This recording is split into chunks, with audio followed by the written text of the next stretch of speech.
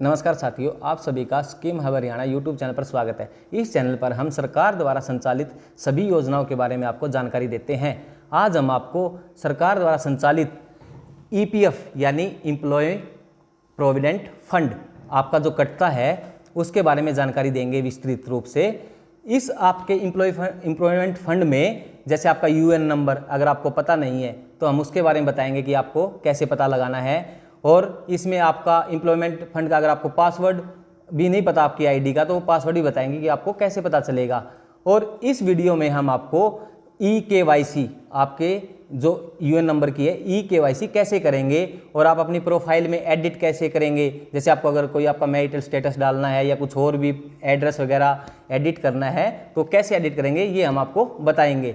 और इसमें हम आपको जो सबसे अहम बात है जो कि जैसे आपको ईपीएफ निकालना होता है, कभी भी सरकार द्वारा जो आपका ईपीएफ कटता है आपका इकट्ठा होता है वो आप निकालते हैं कभी, तो उसके बारे में हम आपको संपूर्ण जानकारी देंगे कि आप वो कैसे निकालेंगे।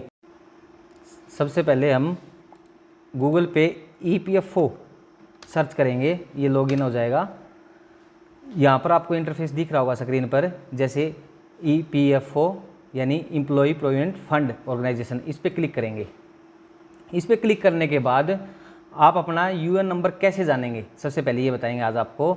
यूएन नंबर जानने के लिए आपको इसमें सर्विसेज में जाके फॉर एम्प्लॉयज़, ध्यान से सुनना, सर्विसेज में जाके फॉर एम्प्लॉयज़ इस पर क्लिक करना है। तो जैसा कि मैंने कर दिया, अब आपके सामने ऐसा इंटरफेस आ जाएगा।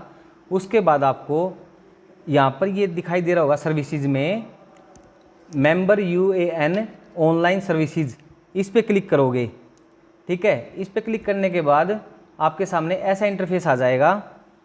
ठीक है, इसमें आपको यहाँ पर नीचे देखो लास्ट में एक्टिवेट यूएन नंबर और नो यूर यूएन नंबर, अगर आपको यूएन नंबर नहीं पता है तो इस पर क्लिक करोगे सबसे पहले।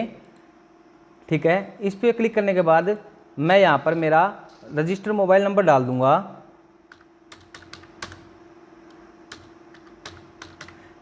ठीक है, जैसा कि मैंने डाल दिया। उसके बाद आप ये कैप्चर डाल दोगे जैसा कि स्क्रीन पे दिखाया हुआ है। फिर आप रिक्वेस्ट ओटीपी भेजेंगे। ठीक है, आपका जो रजिस्टर्ड मोबाइल नंबर है उस पर ओटीपी आएगा, तो आप यहाँ पर अपना ओटीपी डाल देना जैसा कि मैंने डाल दिया है। उसके बाद फिर आप कैप्चर डाल देना यहाँ पर।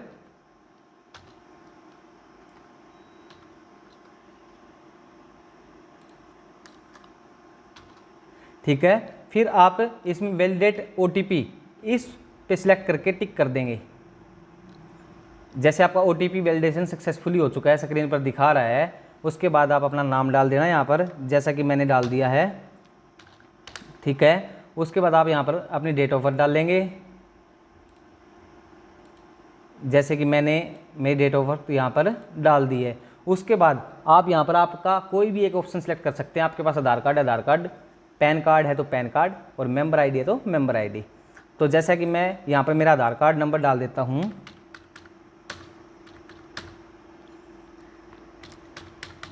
ठीक है, उसके बाद फिर आपको एक कैप्चर डाल देना है यहाँ पर।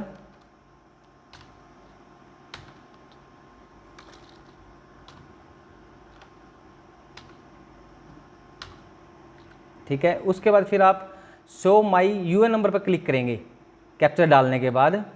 तो जैसा कि देखो मेरा यूएन नंबर आपको स्क्रीन पर दिखाई दे रहा है, ऐसे your UN number is R, तो आपका यूएन नंबर ऐसे दिखाई देगा। तो उसके बाद आप इसको ओके कर देंगे। अब आपको अगर आपका यूएन नंबर का पासवर्ड नहीं पता है तो पासवर्ड के लिए फिर आप होम पर जाएंगे और यहाँ पर देखो ये फॉरगेट पासवर्ड दिखाई दे रहा है, तो इस पर फॉरगेट पासवर्ड पे क्लिक करोगे। उसके बाद फिर आप यहाँ पर अपना यूएन नंबर डाल देंगे, जैसे मैं मेरा यूएन नंबर यहाँ पर डाल देता हूँ। ठीक है, अब उसके बाद फिर आपको ये कैप्चर डाल देना है यहाँ पर। ठीक है, मैंने अपना कैप्चर यहाँ पर डाल दिया है और इसको सबमिट कर देंगे। उसके बाद फिर आपको यहाँ पर अपना नाम डालना पड़ेगा, जैसे कि मैंने डाल दिया है। उसके बाद फिर आपको अपनी डेट ऑफ बर्थ डालनी पड़ेगी, जैसे कि मैंने मेरी डेट ऑफ बर्थ यहाँ पर डाल दी है। उसके बाद फिर आप अपना जेंडर सेलेक्ट कर लेंगे और फिर आप इसको वेरीफाई कर देंगे। ठीक है, वेरीफाई करने के बाद आपके सामने ऐसा इंटरफेस आ जाएगा। ठीक है, तो इसमें आपको क्या करना है, यहाँ पर कैप्चर डालना है। जैसे मैंने ये कैप्चर डाल दिया है, उसके बाद फिर आप यहाँ पर अपना आधार नंबर डाल देंगे, जैसे कि मैंने डाल दिया है यहाँ पर। और उसके बाद आप इसको सत्यापित करके यहाँ पर टिक कर देना और वेरीफाई कर देना। जैसे ये अब यहाँ पर आपके लिंक मोबाइल नंबर था जो आपने डाला था, यहाँ पर मोबाइल नंबर डालोगे तो उसके बाद आपके नंबर पर OTP आएगा। जैसे मैं डाल देता हूँ यहाँ पर मेरा मोबाइल नंबर, और फिर इसको सत्यापित करके यहाँ पर और गेट OTP पे क्लिक करेंगे। अब आपके रजिस्टर्ड मोबाइल नंबर पर OTP आया होगा।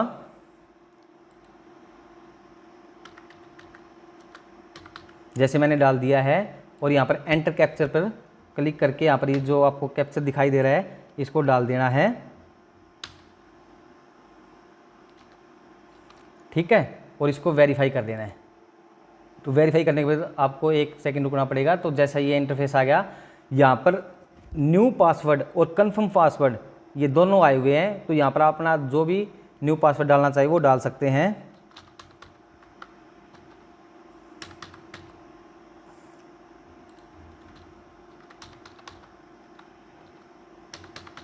मैंने जैसे डाल दिया है यहाँ पर मेरा पासवर्ड और इसको सबमिट कर दिया है। तो यहाँ पर आपका दिखा रहा है पासवर्ड चेंज सक्सेसफुली। तो यहाँ पर आपका पासवर्ड चेंज हो चुका है। अब हम इसको लॉगिन करेंगे। ठीक है, तो इस पर लॉगिन करेंगे तो यहाँ पर आप अपना यूएन नंबर डाल देंगे। जैसे मैंने अपना यूएन नंबर डाल दिया है। ठीक है, यहाँ पर अब जैसे आपने पासवर्ड चेंज किया वो पासवर्ड डाल देंगे। मैंने मेरा पासवर्ड डाल दिया है। उसके बाद फिर आप साइन इन पे क्लिक करेंगे। तो साइन इन करने के बाद आपका ऐसा इंटरफेस आ जाएगा और रजिस्टर्ड मोबाइल नंबर पर OTP आएगा। तो आपको यहाँ पर OTP डाल देना है। मैंने जैसे डाल दिया यहाँ पर OTP, और उसके बाद आप फिर सबमिट कर देंगे। तो मैंने इसको सबमिट कर दिया है। तो अब आपको यहाँ पर देखो डिटेल दिखा रही है, जैसे मेरा यूएन नंबर, नाम, डेट ऑफ बर्थ और जेंडर।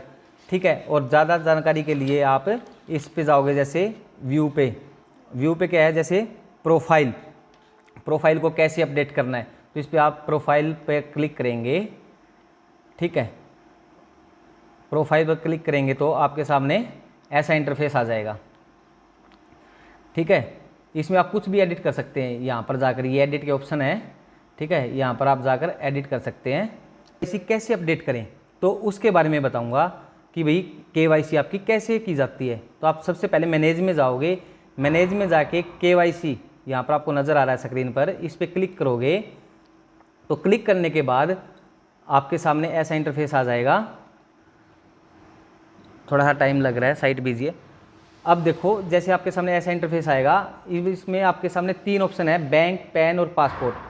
आप ये तीनों इसमें अपडेट कर देंगे। जैसे बैंक पे क्लिक कर दिया मैंने, तो यहाँ पर मेरा नाम दिखा रहा है। उसके बाद आप अपना बैंक अकाउंट नंबर डाल देंगे। यहाँ पे फिर आप अपना कंफर्म कर देंगे और IFSC डाल के और इसको सेव कर देंगे। ऐसे ही आप पैन कार्ड सेम 10 डिजिट का पैन नंबर डाल लेंगे। ठीक है, और उसके बाद फिर आप इसको सेव कर देंगे। इसी तरह फिर आप पासपोर्ट की अगर आप अपनी डिटेल डालना चाहते हैं तो यहाँ पर पासपोर्ट नंबर और ये कब तक वैलिड है ये डाल के और सत्यापित करके इसको सेव कर देंगे। ठीक है, तो यहाँ से आप आपकी eKYC कंप्लीट कर सकते हैं। अब हम आपको EPF का पैसा कैसे निकालते हैं उसके बारे में बताएंगे। आप सबसे पहले ऑनलाइन सर्विसेज में जाओगे। ठीक है, ऑनलाइन सर्विसेज में आपका यहाँ पर क्लेम फॉर्म, ठीक है, इस क्लेम फॉर्म पे क्लिक करेंगे तो आपके सामने इस पे ऐसा इंटरफेस आ जाएगा जैसा कि आपको स्क्रीन पर दिखाया गया है। ठीक है, तो अब जैसे यहाँ पर मेरा नाम दिखा रहा है, फादर नेम, ठीक है, डेट ऑफ बर्थ, तो आप क्या करोगे इसमें अपना पहले अकाउंट नंबर डालेंगे। ठीक है, जैसे मैं मेरा अकाउंट नंबर डाल देता हूँ, यहाँ पर मैंने मेरा अकाउंट नंबर डाल दिया है। ठीक है, फिर आप उसके बाद अकाउंट नंबर डालने के बाद वेरीफाई कर देंगे।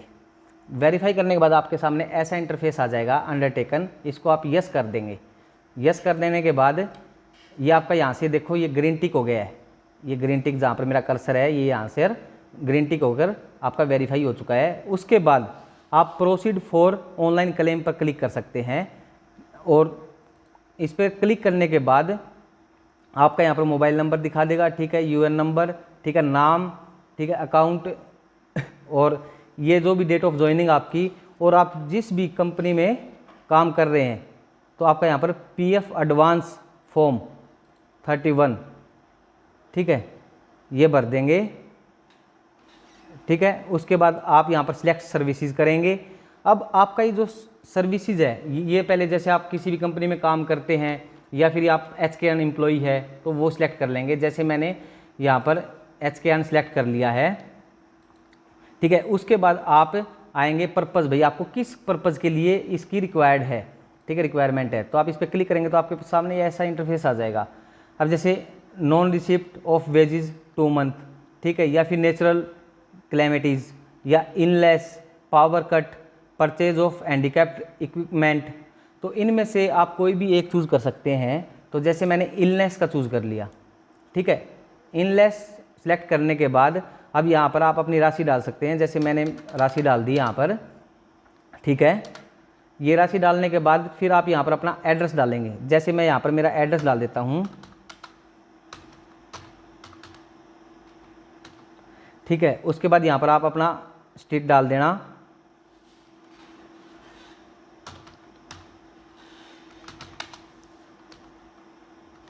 ठीक है। उसके बाद फिर आप स्टेट सेलेक्ट कर लेना यहाँ से, जिस भी स्टेट से आप बिलोंग करते हैं। उसके बाद फिर आप डिस्ट्रिक्ट सेलेक्ट करना। जैसे मैं यहाँ पर मेरा डिस्ट्रिक्ट सेलेक्ट कर लेता हूँ, ठीक है। उसके बाद फिर आप सिटी सेलेक्ट करना। जैसे मैंने मेरा सिटी सेलेक्ट कर लिया है, ठीक है। उसके बाद फिर यहाँ पर आप अपना पिन कोड डाल देना, और ये सब चीज़ें करने के बाद फिर आप यहाँ पर सत्यापित करके और इस पर गेट आधार OTP पर क्लिक कर देना। जैसे मैं अब क्लिक कर देता हूँ तो यहाँ पर आप अपने रजिस्टर मोबाइल नंबर पर OTP गया होगा, तो वो OTP यहाँ पर डाल देना है, ठीक है। और उसके बाद फिर आप यहाँ पर validate OTP and submit claim form पर क्लिक कर देना। एक और जरूरी सूचना आपके लिए, आप जो आपका EPF निकलवा रहे हैं ये आप ये खुद निकलवा सकते हैं, किसी और के पास जाने की जरूरत नहीं है। कोई जैसे कोई CSC सेंटर या किसी के पास आप जाकर अपना EPF निकलवाते हैं, वहां जाने की जरूरत नहीं है। किसी को भी 1000, 2000, 1500 रुपए देने की जरूरत नहीं है। अब आप इस वीडियो के माध्यम से अपना EPF खुद निकाल सकते हैं, किसी के पास जाने की आपको जरूरत नहीं है। अगर आपको हमारी EPF की वीडियो अगर अच्छी लगी है तो इसको लाइक, शेयर एंड सब्सक्राइब जरूर करें, और अधिक जानकारी के लिए हमारे चैनल के बेल आइकन को प्रेस करें ताकि आपको नेक्स्ट वीडियो की नोटिफिकेशन समय पर मिल सके। धन्यवाद।